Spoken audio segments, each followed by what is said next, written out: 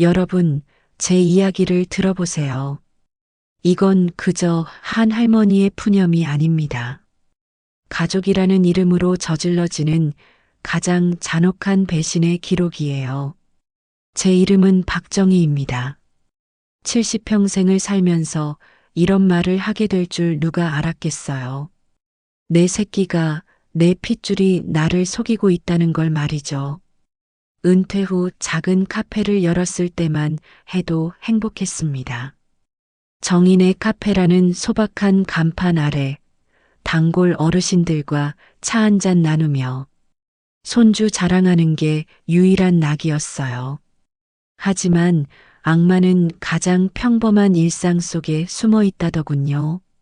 처음엔 작은 의문이었습니다. 장부를 들여다보다 발견한 수상한 지출들, 수리비라고 적힌 50만 원, 외상결제라는 이름의 30만 원이 매주같이 빠져나가고 있었어요. 그런데 카페는 멀쩡했습니다. 고장 난 곳도 수리할 곳도 없었어요. 여러분도 아시겠지만 어머니의 직감이란 무서운 거예요. 뭔가 잘못되었다는 신호가 온몸을 타고 올라왔습니다. 아들 최민수는 어느 날부터 입만 열면 똑같은 소리였어요. 엄마, 사업 자금 좀 빌려주세요. 마치 녹음기를 틀어놓은 것처럼 말이에요. 처음엔 사업이 어려워서 그러나 보다 했지만 빌려준 돈은 바닥 없는 도gan으로 떨어지는 물처럼 사라져버렸습니다. 더 기가 막힌 건 며느리 이서진이었어요. 예전엔 그래도 어머니, 안녕하세요라며 인사라도 했는데 언제부턴가 완전히 입을 다물어 버렸어요. 제가 말을 걸어도 고개만 까닥이거나 아예 피해 다녔습니다. 뭔가 숨기는 게 있는 사람의 전형적인 행동이었어요. 그날 밤 장부를 다시 들여다보며 깨달았습니다. 이건 단순한 착각이나 실수가 아니라는 걸 말이에요. 누군가 제 돈을, 제 신뢰를 체계적으로 훔쳐가고 있었습니다. 그것도 가장 사랑하는 가족의 이름으로 말이에요. 여러분, 이것이 바로 제 이야기의 시작입니다. 한 할머니가 가족에게 당한 배신을 파헤쳐가는 험난한 여정의 첫 페이지죠. 과연 진실은 무엇일까요? 그리고 이 모든 게 끝났을 때 우리 가족에게 남는 건 무엇일까요? 여러분, 진짜 공포란 게 뭔지 아세요? 밤중에 들리는 괴물 소리가 아니라 가장 사랑하는 사람이 당신을 파멸시키려 한다는 걸 깨닫는 순간이에요. 새벽 2시였습니다. 잠들어 있던 제가 방문이 벌컥 열리는 소리에 깼어요. 처음엔 도둑인 줄 알았죠. 하지만 어둠 속에서 나타난 건 며느리 이서진이었습니다. 그런데 평소와는 완전히 다른 모습이었어요. 눈물범벅이 된 얼굴로 온몸을 떨면서 제게 다가왔습니다. 어머님, 빨리 도망치세요. 이 한마디가 제 인생을 완전히 바꿔놓을 줄 누가 알았겠어요. 여러분도 상상해 보세요. 한밤중에 며느리가 나타나서 도망치라고 한다면요? 저는 당황스러워서 무슨 소리냐고 물었죠. 그때 서진이가 떨리는 목소리로 쏟아낸 말은 아직도 생각하면 온몸에 소름이 돋습니다. 민수 씨가 오늘 카페를 담보로 사채업자에게 넘기려고 해요. 어머님을 정신이상자로 몰아서 모든 재산을 빼앗으려는 계획이에요. 정신이상자라고요? 내 새끼가 나를? 귀를 의심했습니다. 하지만 서진이의 떨림 어린 눈빛에는 거짓이 없었어요. 오히려 죄책감과 두려움이 가득했죠. 어머님, 서랍을 확인해 보세요. 이미 모든 준비가 끝났어요. 손이 덜덜 떨렸지만 저는 서랍을 열어봤습니다. 그리고 그 안에서 발견한 것은 제 인생 70년 중 가장 충격적인 광경이었어요. 위조된 인감 도장이 있었습니다. 제 것과 똑같이 만들어진 가짜였어요. 그 옆엔 정신과 진단서 초안이 놓여 있었죠. 중증 치매, 판단 능력 상실이라는 무서운 글자들이 제 눈앞에서 춤을 췄습니다. 여러분, 이게 바로 핏줄의 배신입니다. 저를 이 세상에 낳아준 것도 기저귀 갈아주며 키운 것도 모자라 이제는 미친 사람으로 만들어서 모든 걸 빼앗으려 한다니요. 왜 이제서야 말해주는 거냐? 고 물으니까 서진이는 더욱 울먹였어요. 처음엔 무서워서 못했어요. 하지만 내일이면 모든 게 끝나요. 사채업자들이 와서 카페 서류를 가져갈 거예요. 그 순간 깨달았습니다. 그동안 제가 봤던 모든 징후들이 이 한 가지를 향하고 있었다는 걸 말이에요. 장부의 수상한 지출, 아들의 끝없는 돈 요구, 며느리의 침묵. 모든 게 하나의 거대한 음모였던 거죠. 새벽 공기는 차갑고 제 심장은 얼어붙었습니다.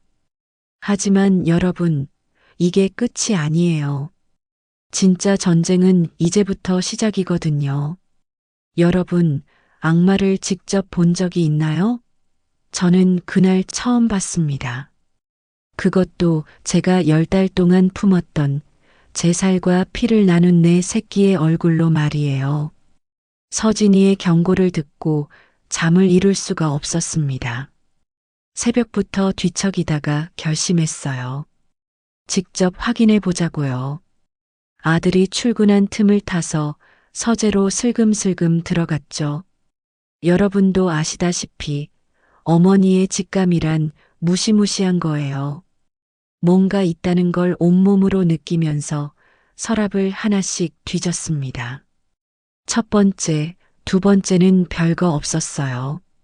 하지만 세 번째 서랍 깊숙한 곳에서 제 인생을 산산조각 낼 폭탄을 발견했습니다.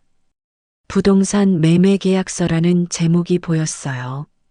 그런데 매도인 란에 적힌 이름을 보고는 눈앞이 캄캄해졌습니다. 박정희, 제 이름이었어요. 손이 떨려서 제대로 잡을 수도 없는 서류를 억지로 펼쳤습니다. 카페는 물론이고 제가 평생 모아둔 예금, 심지어 아버지께서 물려주신 집까지 모든 재산이 이미 팔린 걸로 위조돼 있었어요. 계약 금액을 보고 더 기가 막혔습니다.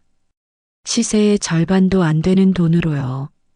그것도 구매자는 들어본 적도 없는 사채업체였어요.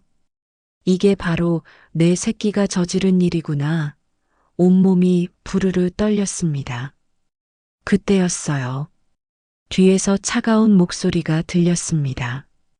엄마, 다 알고 있었어? 돌아보니 민수가 서 있었어요. 언제 들어왔는지도 모르게요. 하지만 당황하거나 미안해하는 기색은 전혀 없었습니다. 오히려 비웃고 있었어요. 여러분, 이런 상황을 상상이나 해보셨나요? 내 새끼가 나를 비웃는다는 게 말이에요. 늦었어, 엄마. 이 돈 없으면 우리 다 끝장이야. 민수의 목소리에는 조금의 죄책감도 없었어요. 마치 당연한 일을 하고 있다는 듯이요. 저는 분노로 치를 떨며 손을 번쩍 들었습니다. 70년을 살면서 누구든 때려본 적은 없었지만 그 순간만큼은 정말로 후려치고 싶었어요. 하지만 민수의 눈빛을 보고는 등골이 서늘해졌습니다. 그건 제가 아는 내 아들의 눈이 아니었어요. 혈연이라고 부를 수 없는 낯선 광기가 번져 있었거든요. 엄마도 알겠지만 돈 앞에서는 가족도 없어. 이 말을 하는 민수의 입꼬리가 살짝 올라갔어요. 마치 오랫동안 숨겨왔던 본성을 드디어 드러내는 것처럼요. 그 순간 깨달았습니다. 제가 키운 건 아들이 아니라 괴물이었다는 걸 말이에요. 사랑으로 키웠다고 생각했는데 언제부터 이렇게 변한 걸까요? 여러분, 이게 바로 피도 눈물도 없는 현실입니다. 가족이라는 이름으로 자행되는 가장 잔혹한 배신의 현장이에요. 하지만 저는 아직 포기하지 않았습니다. 전쟁은 이제 시작이거든요. 여러분, 법정이라는 곳에서 내 새끼와 맞서 싸워본 적 있나요?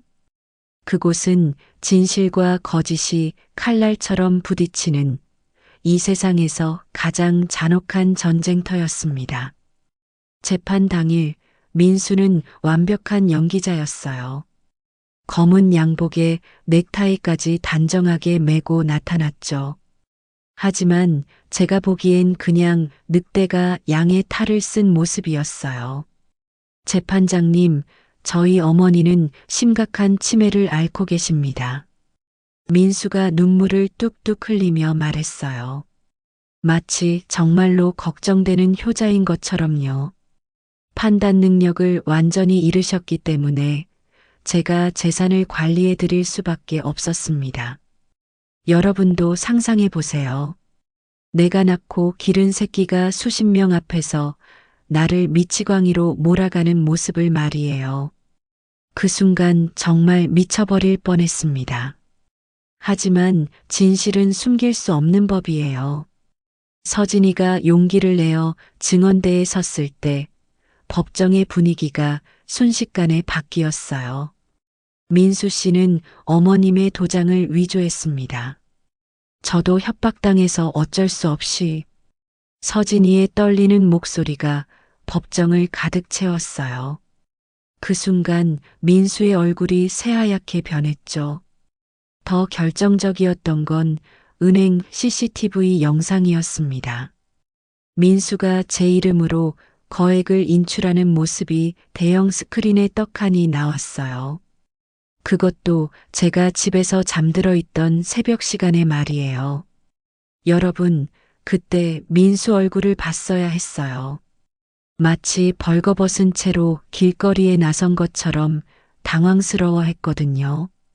위조된 서류들이 하나둘씩 공개될 때마다 민수의 완벽했던 연극은 종이집처럼 무너져 내렸어요.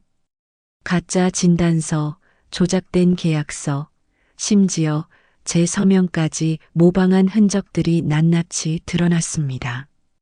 그제서야 민수가 본색을 드러냈어요.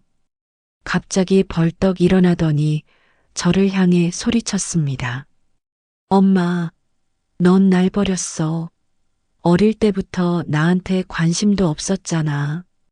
법정이 술렁거렸지만 저는 차분히 일어나서 아들을 똑바로 바라봤어요. 70년을 살면서 가장 당당했던 순간이었습니다. 배신한 건 내가 아니라 너다. 제 목소리는 떨림 없이 또렷했어요.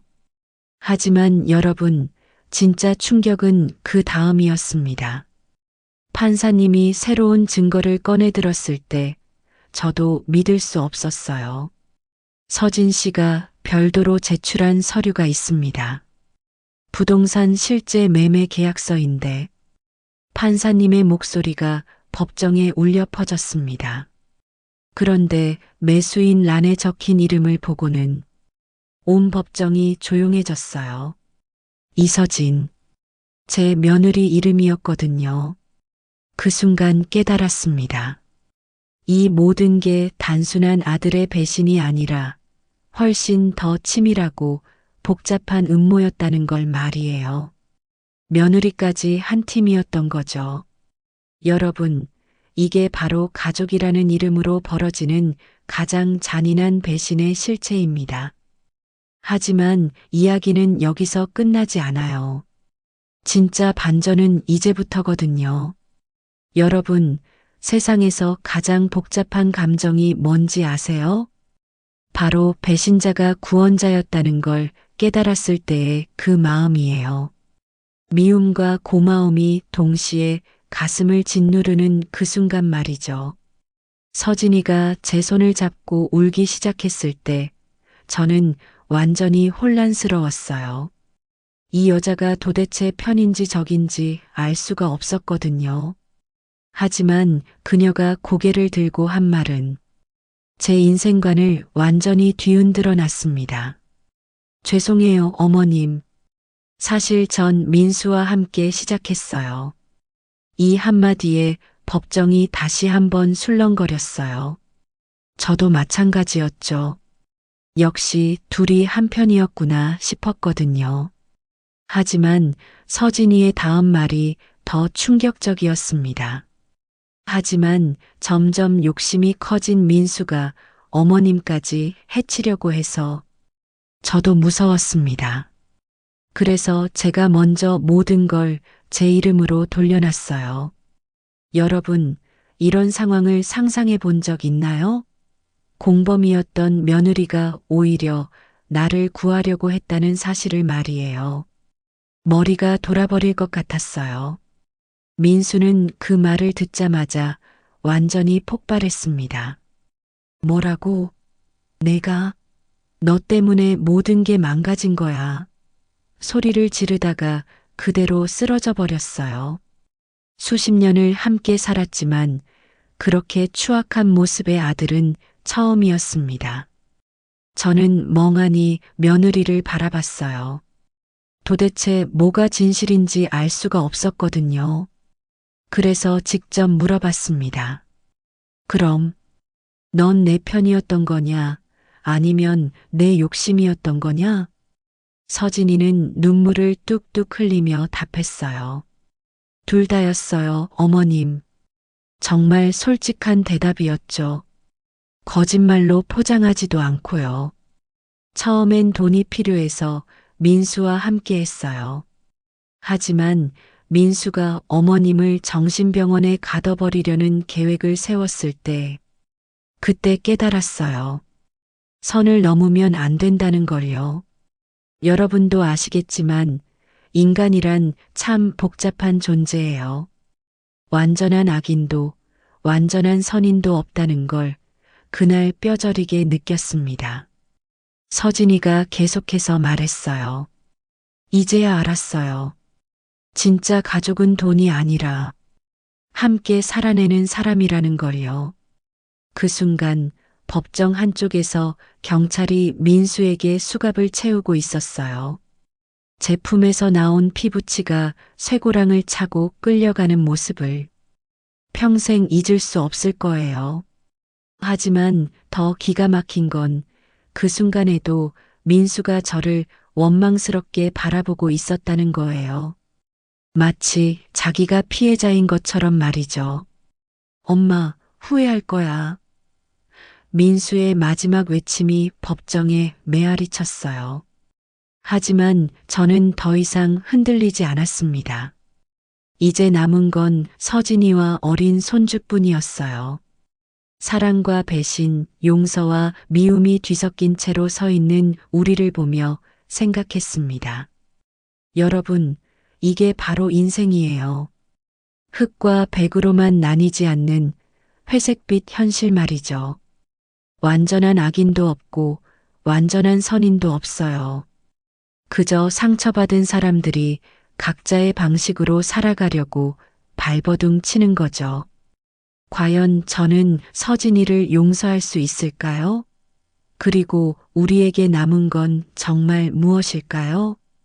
하지만 여러분, 특히 저와 같은 나이를 드신 분들께 꼭 말씀드리고 싶은 게 있어요. 제 이야기가 단순히 남의 일이라고 생각하지 마세요. 우리 세대는 자식을 위해서라면 목숨도 바칠 각오로 살아왔어요. 하지만 그 무조건적인 사랑이 때로는 독이 될 수도 있다는 걸 깨달았습니다. 돈 관리는 절대 자식에게만 맡기면 안 돼요. 아무리 믿을 만한 자식이라도 말이죠. 그리고 뭔가 수상하다 싶으면 부끄러워하지 말고 주변에 도움을 요청하세요. 저처럼 혼자 끙끙 앓지 마시고요. 동사무소든 경찰서든 은행이든 상관없어요. 여러분의 재산을 지킬 수 있는 사람은 결국 여러분 자신뿐입니다. 마지막으로 가족이라는 이름에 너무 매달리지 마세요. 진짜 가족은 피가 아니라 마음으로 만들어지는 거예요. 때로는 남보다 못한 핏줄도 있고 핏줄보다 소중한 남도 있거든요. 여러분, 제 이야기가 여러분에게는 절대 일어나지 않기를 진심으로 바랍니다. 하지만 만약 비슷한 일을 겪고 계신다면 포기하지 마세요. 끝까지 싸우세요. 여러분이 평생 흘린 땀과 눈물의 대가를 함부로 빼앗기지 마시기를 간절히 바라며 이 할머니의 이야기를 마칩니다.